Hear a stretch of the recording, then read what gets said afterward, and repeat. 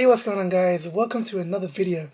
On today's video, I want to talk about news in Japan. You know what my channel's about, guys. You know I'm kind of all in on Japan and Japanese things. What I found recently, I found out some news, and it just really kind of blew my mind.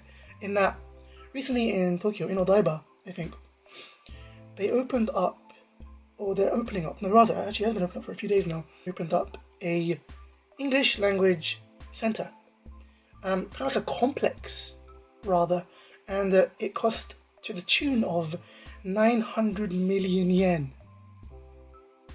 Like, what the fuck? 900, that's how many zeros is that? That's 1, 2, 3, 4, 5, 6 zeros plus 3 more for the 900 million, guys. I just can't, what? Honestly, what? What?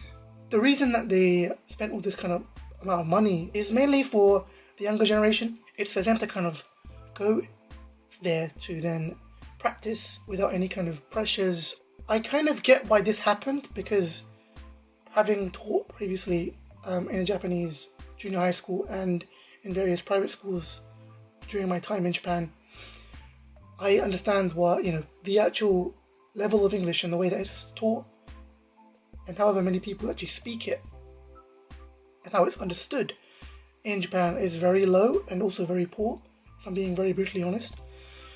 And so the next kind of stage up from there, I think that they thought would be, why don't we just build this, put all our resources into this, and just kind of bet and put all kind of our eggs into this one basket, rather. 900 million yen isn't a small amount of money. I don't know the actual specifics of what it is converted into pounds or dollars or whatever, but I get actually why they probably put all that money into it. However, I don't agree with, at the same time, them putting all that money into it. In that, the way English is taught in schools, the amount of people in Japan who actually understand and speak English to a, not a fluent level, but just to a intermediate or decent level is very low. And of course, harks back to, with the Olympics coming up in a few years, with, I guess, Tokyo and Japan itself, the country being more international, I understand that they want to increase and improve the English level of the younger generation, the current generation, the future generation. And yeah, it's interesting, to put it mildly. So this center, this kind of complex, is just going to be full of kind of scenarios and kind of zones, if you will, where people can go in and try out their English in certain situations. So, for example, ordering at a restaurant, buying a train or bus ticket, being at a public space, asking directions, stuff like that.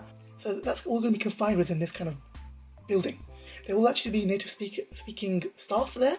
There will be tour guides. They'll also be part of the actual zones themselves, so they'll interact with the customers, the students, and be able to kind of visually already kind of give them feedback and just help them. It's meant to give them no barriers, no kind of pressures. So it's kind of a pressure-free zone.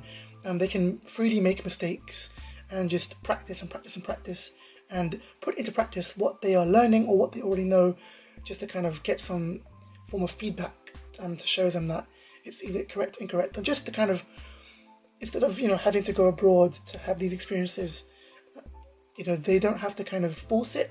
They are just kind of, I guess, almost given the opportunity and the option to pick and just to kind of do things at their pace, which I appreciate, and I think that's actually good.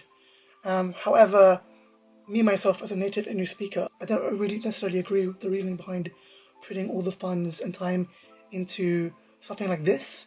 Now, why do I think that?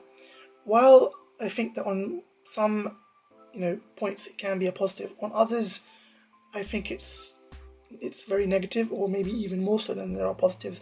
For me, my opinion, I don't think this is really going to help all too much. I mean, I've not seen it around or mentioned or kind of even pertained in any other country beyond Japan. Finding out that Japan actually put the funds and time into making this a reality. It doesn't surprise me because it just seems a very Japanese idea. Do I think this is going to be a success? I think in the short term, yes. I would still champion and I would still recommend doing face-to-face kind of teaching, as in like learning at school, after school clubs, privately, one-on-one with a tutor. That is the best way, I believe. But this, it has got its good points, of course. You can book it in slots, so you've got like an hour or two. You can go as a class, go as an individual. You've got support wherever you look, and you've got different scenario situations where you can use different types of English vocabulary. You don't learn it from a textbook. You have to actually physically speak it and interact. And I think that's really good to an extent. And that's, the kind of reoccurring thing here. It's good to an extent.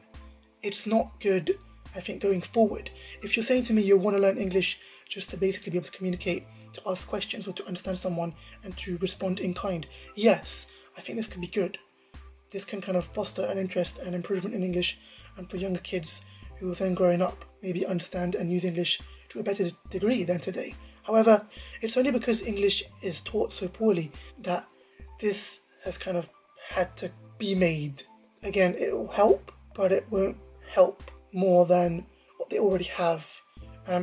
What I think they should do, what they should have done rather, is put that 100 million yen into English education, whether that's into public schools, private schools, tutoring. I do want it to succeed, and I do hope it does actually give a lot back to the people who actually put the time and effort into going and paying the money and putting the time into, seeing what it's about. You guys let me know what you think. Again, as always, if you enjoyed the video, please leave a like.